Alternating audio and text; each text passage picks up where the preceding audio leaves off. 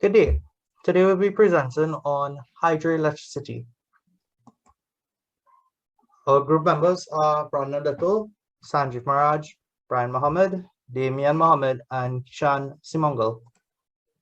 Today we will be going through how hydroelectricity work, example of places where it is used regionally and internationally, its sustainability to Trinidad and Tobago and why, issues and barriers associated with hydropower from Trinidad and Tobago perspective, and addressing the issues and barriers from a sustainable viewpoint.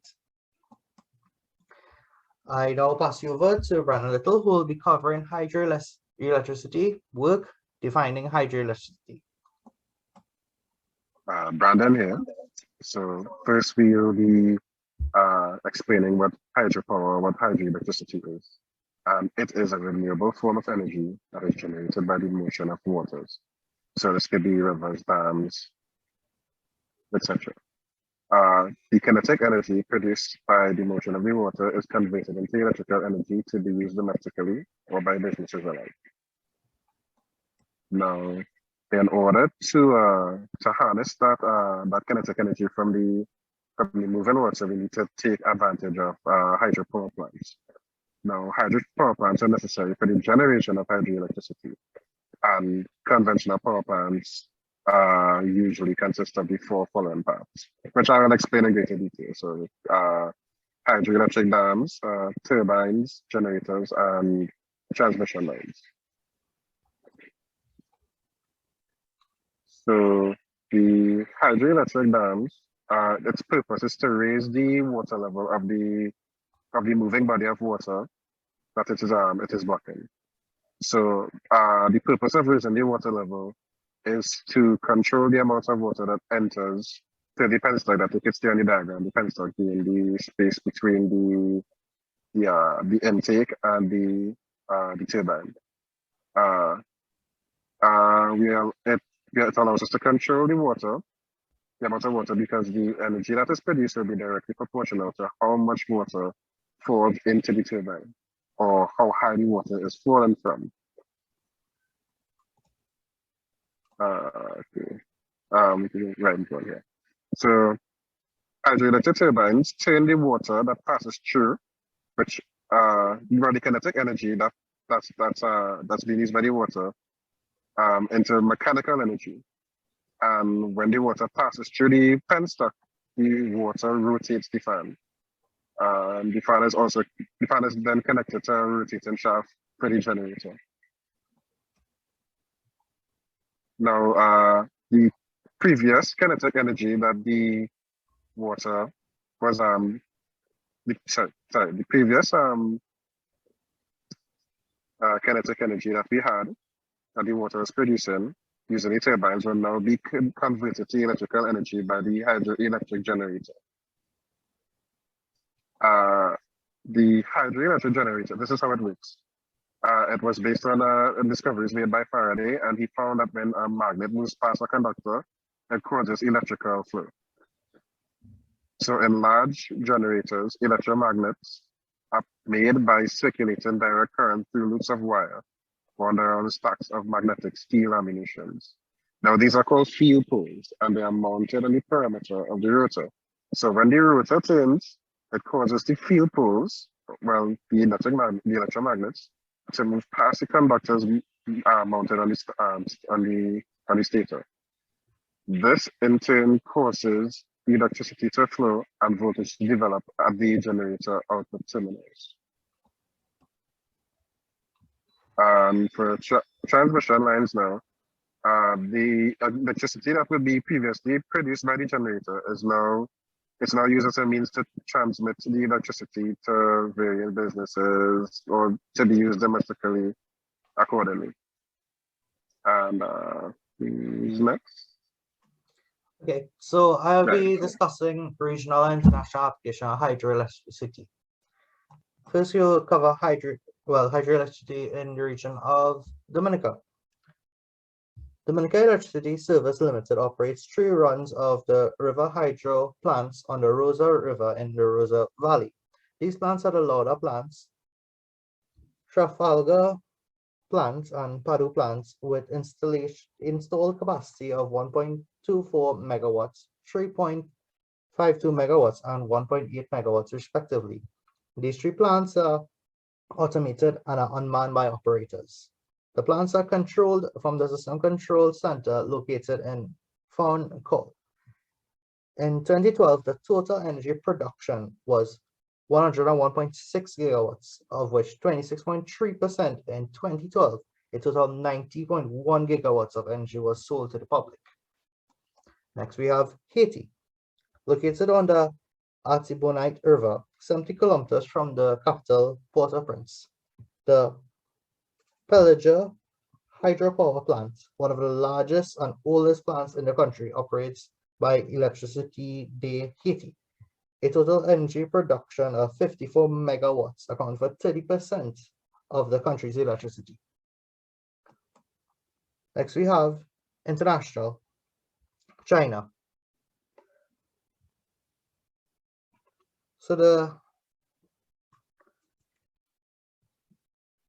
So in Yangtze River, the Three Gorge Dams is a hydroelectricity gravity dam that spans the Yangtze River.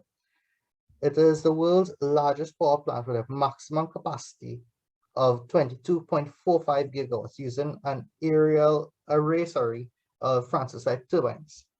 The dam has also increased the Yangtze shipping capacity by providing flood storage through reduced downstream flood of the Yangtze Plain. Additionally, the dam provides an increased volume of fresh water to downstream cities and farms during the dry season. Next, we have a short clip, which highlights greater details of the Three Gorge Dam completed by Alex Grendler.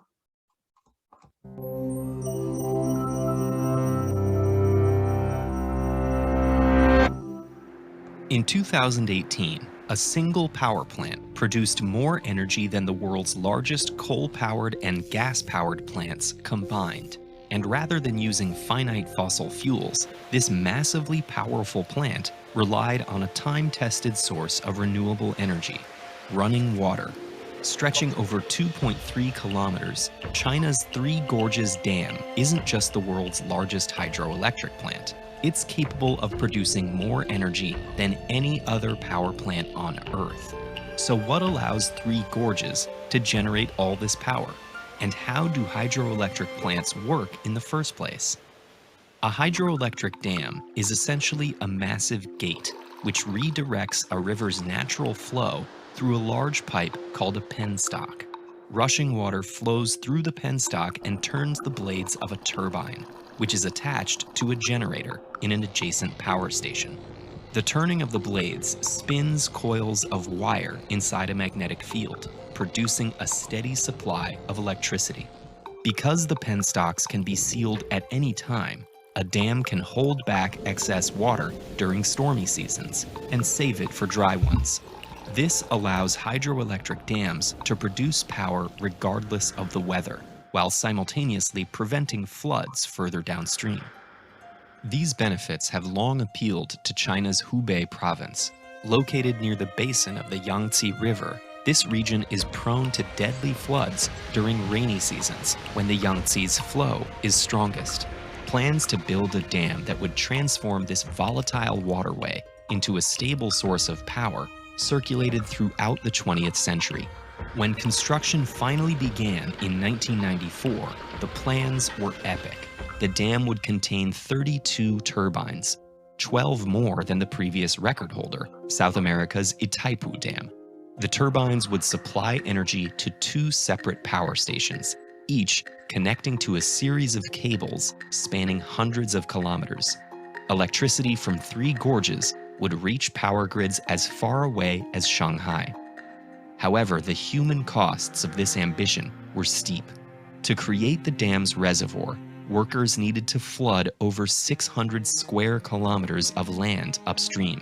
This area included 13 cities, hundreds of villages, and over 1,000 historical and archaeological sites. The construction displaced roughly 1.4 million people, and the government's relocation programs were widely considered insufficient. Many argued against this controversial construction, but others estimated that the lives saved by the dam's flood protection would outweigh the trauma of displacement. Furthermore, raising the water level upstream would improve the river's navigability, increase shipping capacity, and transform the region into a collection of prosperous port towns. When the project was completed in 2012, China became the world's largest producer of electricity. In 2018, the dam generated 101.6 billion kilowatt hours. That's enough electricity to power nearly 2% of China for 1 year, or to power New York City for almost 2 years. This is a truly astonishing amount of energy. And yet 2 years earlier, another dam less than half the size actually generated more electricity. Despite Three Gorges' record-setting scale, the Itaipu Dam still produced more power. To understand why Itaipu can outperform Three Gorges, we need to look at the two factors that determine a dam's energy output. The first is the number of turbines. Three Gorges has the world's highest installed turbine capacity, meaning it's theoretically capable of producing over 50% more power than Itaipu. But the second factor is the force and frequency of water moving through those turbines. Three Gorges spans several deep, narrow ravines, surging with powerful water. However, the Yangtze's seasonal changes keep the dam from reaching its theoretical maximum output. The Itaipu Dam, on the other hand, is located atop what was previously the planet's largest waterfall by volume. Although the dam's construction destroyed this natural wonder, the constant flow of water allows Itaipu to consistently generate more power each year. This dam rivalry is far from over, and other projects, like the Inga Falls Dam in the Democratic Republic of Congo, are also vying for the title of most powerful power plant. But whatever the future holds, governments will need to ensure that a power plant's environmental and human impact are as sustainable as the energy it produces. If we have access to sustainable energy sources, why are we still relying on fossil fuels? There's a very specific set of challenges getting in the way, and we're hoping you might be the one to come up with a solution. Learn more and get inspired with this video.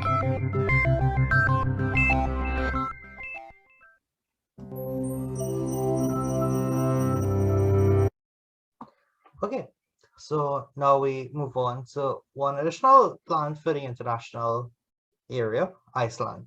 So this plant, it's named Karanuhaja Hydro Plant and is a hydroelectric power plant in Fudalhaja Municipal in eastern Iceland with an installation capacity of 690 megawatts. The plant is the largest power plant in Iceland. The hydroelectricity project harnesses the river Jökulsá Adal and Jökulsá Foldjodal by creating 3 reservoirs with 5 concrete face rock-filled embankment dams, 3 under Jökulsá Adal and 2 under Jökulsá Foldjodal. After being used in the Foldjodal power station, all water used in electricity production is discharged into the river Kujula.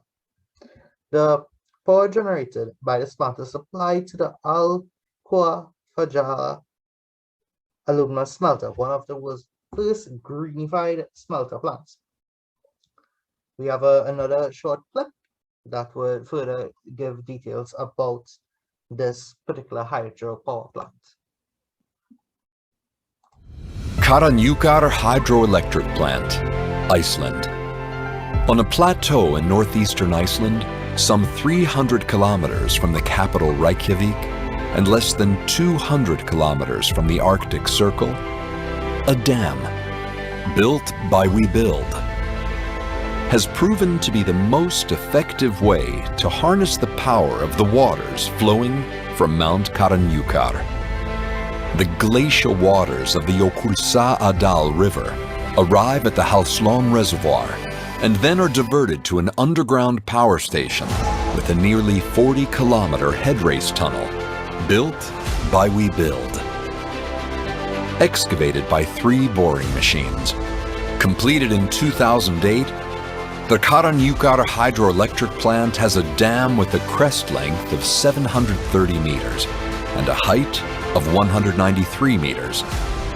The dam provides water for a power station with an installed capacity of 690 megawatts that supplies electricity to the biggest aluminum plant on the island.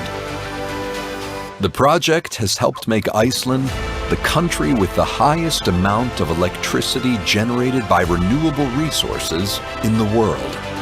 It has also contributed to the country getting more than 80% of its energy from hydroelectricity.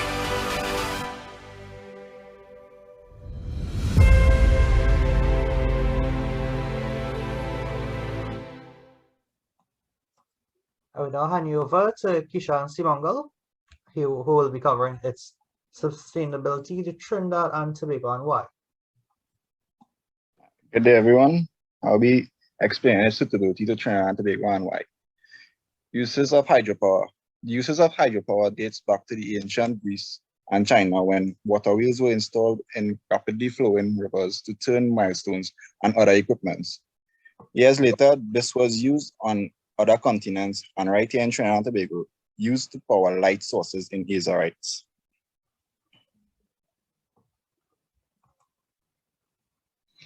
Hydroelectricity contributes to water storage of drinking water. Hydroelectricity contributes to the storage of drinking water. Hydroelectric power plants reservoirs collect rainwater, which can then be used for consumption or irrigation. In storing water, they protect the water tables against depletion and reduce our vulnerability to floods and droughts. Hydroelectricity improves the air we breathe. Hydroelectric power plants don't release pollutants into the air. They are very frequently substitute the generation from fossil fuels, thus reducing acid rain and smog. In addition to this, hydroelectric developments don't generate toxic byproducts. Hydroelectricity promotes guaranteed energy and price stability. River water is a domestic resource which, contrary to fuel or natural gas, is not subject to market fluctuations. In addition to this, it is the only large renewable source of energy, and its cost-benefit ratio, efficiency, flexibility, and reliability assist in optimizing the use of thermal power plants. Hydroelectricity means clean and cheap energy for today and tomorrow. With an average lifetime of 50 to 100 years, hydroelectric developments are long-term investments that can benefit various generations. They can be easily upgraded to incorporate more recent technologies and have very low operating and maintenance costs. Hydroelectricity is a fundamental instrument for sustainable development. Hydroelectricity enterprises that are developed and operated in a manner that is economically viable, environmentally sensible, and socially responsible represent the best concept of sustainable development. Hydroelectricity helps fight climate change. The hydroelectric lifestyle produces very small amounts of greenhouse gases. In emitting less greenhouse gas than power plants driven by gas, coal, or oil, hydroelectricity can help retard global warming. Hydroelectricity makes it feasible to utilize other renewable resources. Hydroelectric power plants with accumulation reservoirs offer incomparable operational flexibility since they can immediately respond to fluctuations in the demand for electricity. The flexibility and storage capacity of hydroelectric power plants make them more efficient and economical in supporting the use of intermittent sources of renewable energy, such as solar energy. I'll now pass you on to Damian Mohammed, who will talk to you about issues and barriers.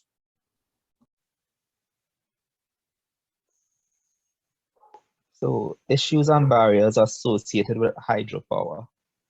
So I'll break these down into 4 areas. First, I will start with the economical issues and barriers. Then I will move on to the environmental, then the ecological, and last, the social. So the economic issues and barriers of hydropower associated with TNT's economy is that, for one, the initial investment is very high. So the initial investment of hydropower dams cost approximately $3,500,000 per megawatt. So the average hydroelectric dam is a 40 megawatt capacity dam. So that would equate to $140 million. So TNT's total government revenue was $6.66 billion in 2022. And the total government expenditure was $8 billion. So that's a deficit of $1.4 billion. So right now, TNT's economy is running at a deficit budgets, and we would not be able to afford a project like a hydroelectric dam. So another aspect of the economical impact is the payback rate on investing in hydroelectric dams. So it takes decades to recuperate the substantial investments which must be made in the construction and maintenance of a hydroelectric dam. So it costs 1.5 to 2.5% of the capital investment cost each year to operate and maintain a hydroelectric dam. So $2,100,000 to $3,500,000 is the annual cost of operating and maintaining a 40 megawatt hydroelectric dam. So TNT would need to pay both the capital costs of construction and annual costs of operating and maintaining the hydroelectric dam over the span of a few decades in order to start to make any gains on the investment. So this is a significant burden, especially for a small country like Trinidad and Tobago. Now, the potential job losses in Trinidad and Tobago caused by hydropower technology. Now, remember that Trinidad and Tobago mainly runs on a fossil fuel economy. So with the introduction of a hydroelectric technology, we tend to risk the making the hydrocarbon industry become irrelevant. So everyone who depends on the hydrocarbon industry for a livelihood would just be laid off, right? TNT has been involved in the hydrocarbon sector for over 100 years. And as of 2020, 12,800 people are employed in the country's hydrocarbon sector. If TNT switches suddenly to fossil fuel power generation, hydroelectric power will cause people who work in the fossil fuel plants to lose their jobs. So even if the hydrocarbon sector does not totally shut down, they would at least be forced to downsize the operations and the workforce. Another issue with the economic aspect is the loss of government revenue. So as I mentioned before, TNT's economy runs on hydrocarbons, right? So with the introduction of hydroelectric technology, what our nation tend to lose is the the revenue and sales from TNTech, our local energy company, would lose sales from selling electricity to the population of Trinidad and Tobago, because the hydroelectric dam might not necessarily be linked to TNTech. Now, people can also implement hydroelectric technology on a small scale privately. So if more and more homes begin to implement this technology, then people would start to live off-grid, and TNTech would in turn lose more sales. So now I will discuss the environmental issues and barriers associated with hydropower. So to start with, hydropower can damage TNT waterways. Most of TNT waterways are too small and or too shallow to support large 14 megawatt hydroelectric dams. So hydroelectric dams obstruct the natural flow of waterways.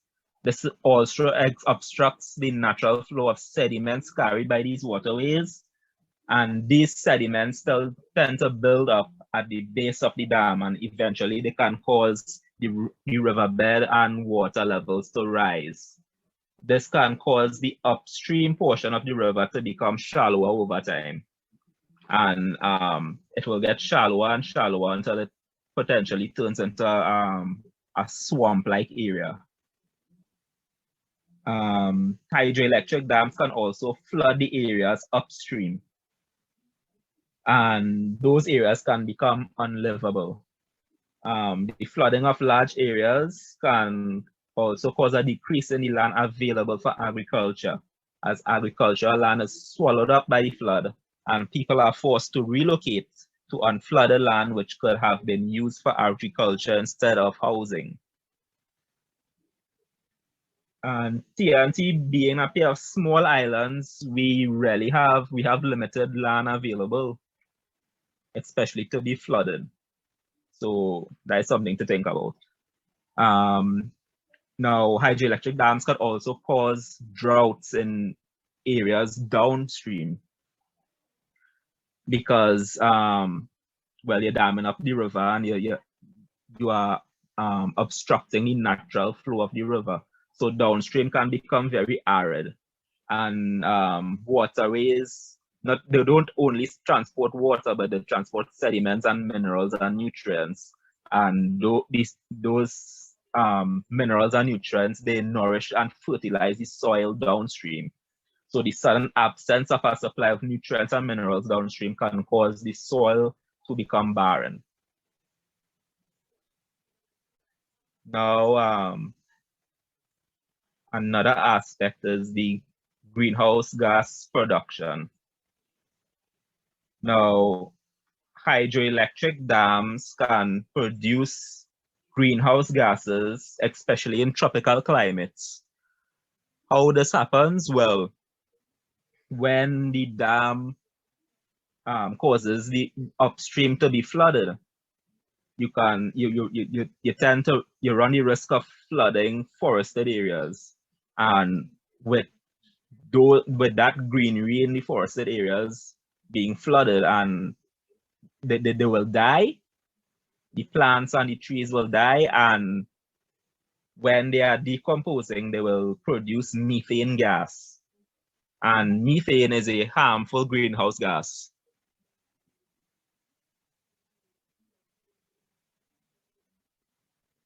Hydroelectric dams can also cause earthquakes, because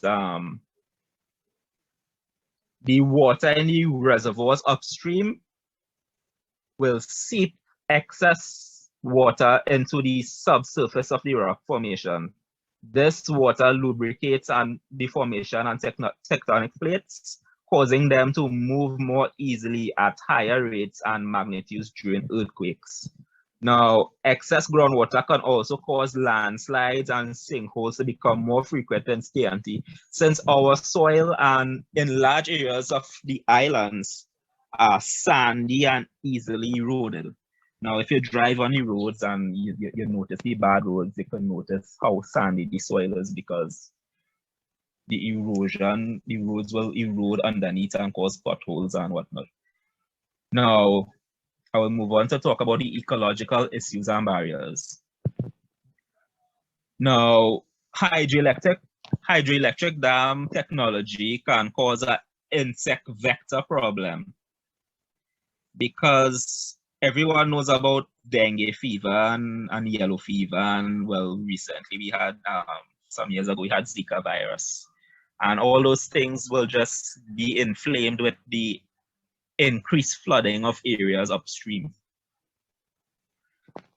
Now upstream, you tend to risk the displacement of ground dwelling animals, where everybody gets the wild meat.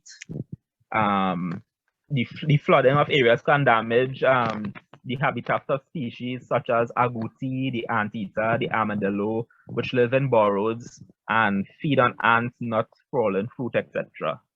The water upstream would become over-oxygenated or overcrowded by algae. This could harm local fish populations and the waterfowl which feed on them, which are accustomed to the natural unaltered water conditions of TNT waterways. Now, the wild tree populations can also be destroyed because the reduction of water flow can result in mangrove deaths and reduce fish populations. This can, well, with holding in mind the Caroni swamp. The wild immortal trees, they grow near riverbanks, and hydropower dams could affect that natural water flow, since the immortal trees, they rely on the flow of water to spread their seeds and flowers. Now, the downstream destruction of animal, fish, and waterfowl populations can happen by when the animals can be starved of water, since the rivers and streams which they depend on would either be significantly smaller or dry up completely. Local brackish water fish populations, which depend on seasonal variances in water composition, rely on a change in salinity, temperature, and pH value of the water to achieve the spawning cycle. A hydropower dam can disrupt these processes. Now, finally, I will discuss the social issues and barriers of hydropower. Now, to begin with, under the social umbrella, forced relocation can be caused by hydropower dam technology. Many people in Trinidad and Tobago would not be willing to relocate to accommodate a hydroelectric dam. We remember with issues with certain highways and certain people didn't want to move and surrender their properties to the government. The same issue will happen again with the hydroelectric dam. We will have drowning hazards. People like to party in Trinidad. We like to line by rivers and waterways. And, we like to drink drinks and eat food near those waterways. And we like to bathe in the waterways. So we tend to risk people drowning in these hydroelectric dam reservoirs. We have littering hazards. With the liming comes the littering. So we would have people leaving the garbage near the dam, near the reservoir. And that could cause the garbage to go into the water, go downstream into the dam, and potentially damage some of the equipment and generators in the dam, causing more problems. Now, we will have conflict between the agrarian population and the government caused by the implementation of this technology, because this technology involves making large areas downstream arid and large areas upstream flooded. And this can take a big chunk out of the agricultural land available. Now, imagine if you are a farmer and you have a farm upstream, and the government comes and builds a dam and floods your area, and farming is your livelihood. And they say, well, don't worry, we'll give you a HDC house. But how are you supposed to make money? How are you supposed to eat? Okay. And another issue is that people can get disgruntled and unemployed because of the hydrocarbon technology. As I mentioned before, the agrarian sector of the society, petrotrin workers were angry in this desperation when the closure of the company was announced some years ago, right? The same would happen with the implementation of a hydroelectric dam. You would see people across the entire sector of the energy and hydrocarbon industries. You would see a similar result. And lastly, there is a nice little diagram showing a hydroelectric dam upstream and downstream, and the various upsides and downsides associated with the implementation of the technology. And I will now pass you on to Sanjeev Maharaj to discuss how the issues and barriers would be dealt with. So addressing the economical barriers. All right, in Trinidad and Tobago, we can lower the investment of hydropower by building smaller dams and smaller rivers that would not cost much money. This will lower the amount of megawatt capacity of maintaining hydropower dams, making it affordable for Trinidad to invest. Smaller dams means smaller capital costs, smaller operating costs, smaller maintenance costs, thus reducing the amount of payback time required.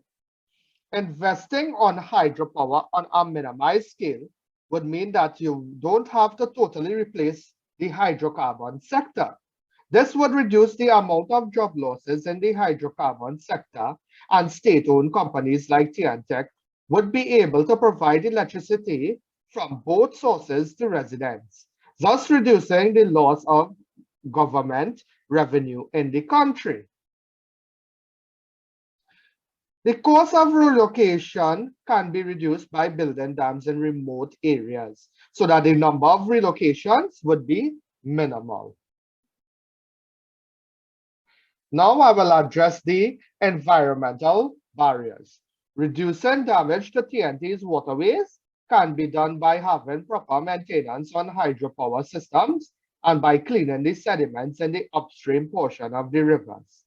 It would not become shallow and contaminated.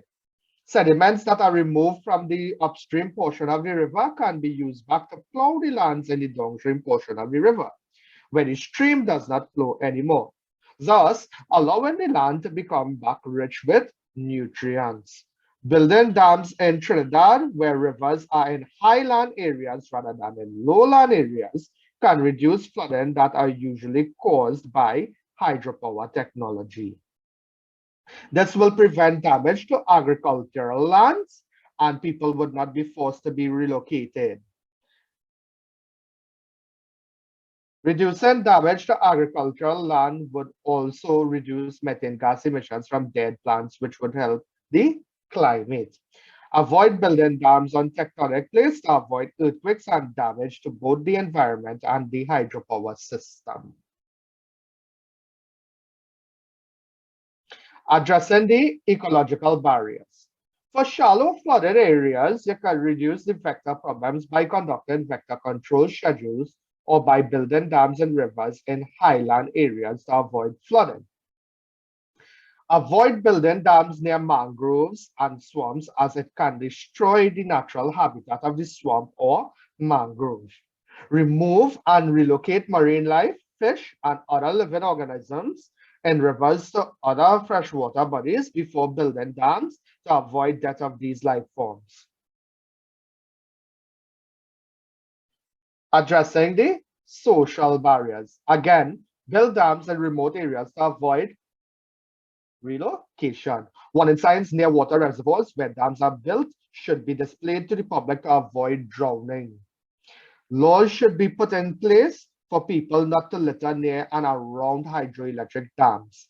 The conflict between farmers and the government with concerns to their land being flooded can be avoided by building dams in rivers in high land areas to avoid flooding of their agricultural lands. And finally, in Trinidad and Tobago, it would be better to do hydroelectricity on a minimized scale since this country is a hydrocarbon-based country. This will avoid replacing the hydrocarbon sector. The electricity generated from hydroelectric dams can be put into the grid along with the electricity from the hydrocarbon sector. This will avoid having disgruntled and unemployed workers from the hydrocarbon sector. It would allow for the transition from old energy into new forms of energy when it comes to electricity. And it would be like having a safety net if the oil and gas reservoirs can no longer produce in Trinidad and Tobago. By doing this, it would be beneficial for everyone in our society. I now hand you over back to our group leader, Brian. Hi, so these are some of the references we used in the creation of the slide pack. We thank you for your time today. Goodbye.